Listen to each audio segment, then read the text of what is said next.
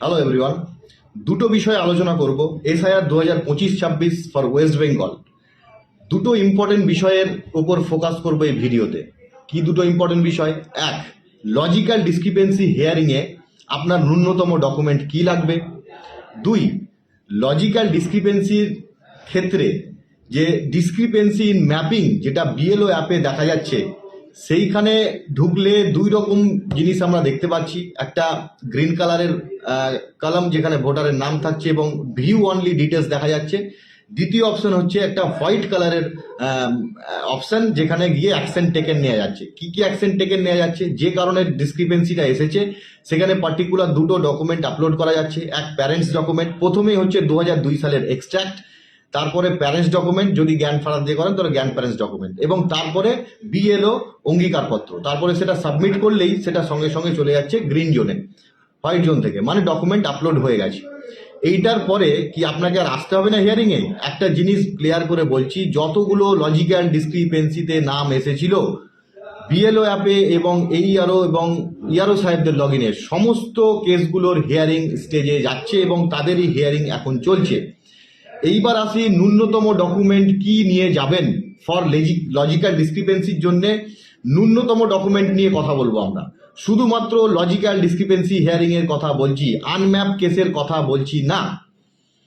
তাহলে লজিক্যাল ডিসক্রিপেন্সিতে whenever you come to the hearing centre, hearing table, দুটো ন্যূনতম ডকুমেন্ট সঙ্গে রাখুন। এক, 2002 সালে এক্সট্রাক্ট, যার সঙ্গে আপনি পূর্বপুরুষের ম্যাপিং করিয়েছেন।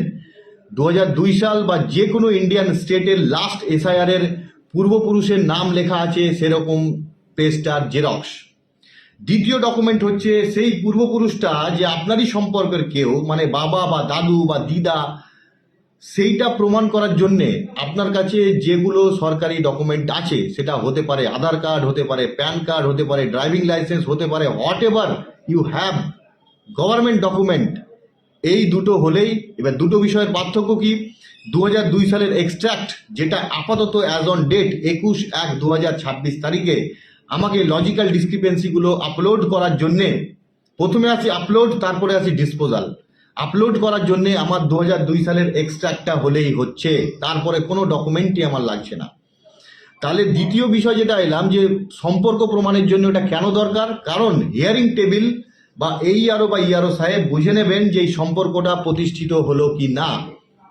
সেই প্রতিষ্ঠিত ডকুমেন্টের ছবি আমাদের এইআরও বা ইআরও লগ ইনে আপলোড করতে হচ্ছে না, সেইটা আপলোড করতে হচ্ছে আপনার বিএলও অ্যাপে।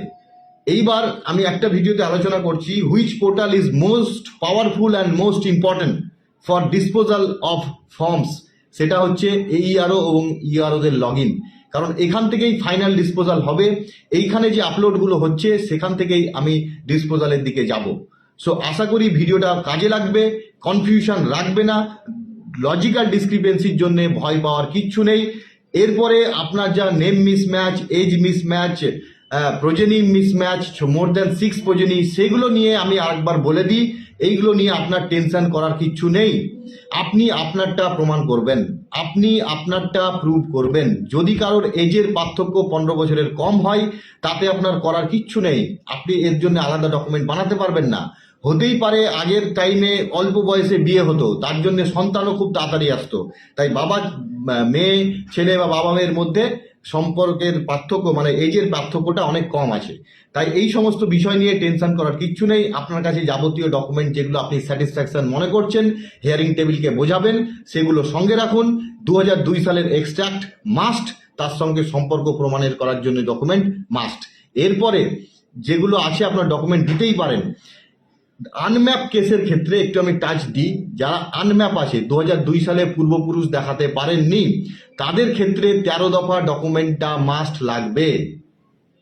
এজ গ্রুপ মেনে লাগবে। 1987 আগে হলে শুধুমাত্র নিজের ডকুমেন্ট, 1987 থেকে 2004 মধ্যে হলে বাবা অথবা মায়ের ডকুমেন্ট প্লাস 11 দফা ডকুমেন্ট। 2004 পরে জন্ম হলে বাবা এবং মা উভয়ের ডকুমেন্ট এবং নিজের ডকুমেন্ট প্লাস 13 দফা ডকুমেন্টের মধ্যে যদি কিছু থাকে। আশা করি আপনাদের কনফিউশন ক্লিয়ার করতে পেরেছি। কাইন্ডলি প্লিজ ভিডিওটা সবার মধ্যে শেয়ার করে ভাইরাল করে দিন, কারণ মানুষ এত টেনশনে আছে, মানুষ জাস্ট মিসগাইড হয়ে যাচ্ছে, আর অল্প বিদ্যা ভয়ঙ্করী হয়ে দাঁড়াচ্ছে, আর প্যানিক সৃষ্টি হচ্ছে। কাইন্ডলি প্যানিক করবেন না, লজিক্যাল ডিসক্রিপেন্সি হিয়ারিং নিয়ে কোনো টেনশন নেই, আপনারা সঠিক ডকুমেন্ট জমা দিন এবং নিশ্চিন্তে থাকুন। থ্যাংক ইউ সো মাচ, ভিডিওটা সবার মধ্যে ছড়িয়ে দিন এবং সবাইকে এই বার্তা পৌঁছে দিয়ে শান্তিতে থাকতে দিন। থ্যাংক ইউ সো মাচ, আপনারাও শান্ত থাকুন, আমরাও শান্ত আছি। হিয়ারিংয়ে আসতে হচ্ছে তখন আসুন, নিজে না পারলে আপনার বাড়ির লোককে পাঠান। থ্যাংক ইউ সো মাচ, যদি অসুস্থ থাকেন।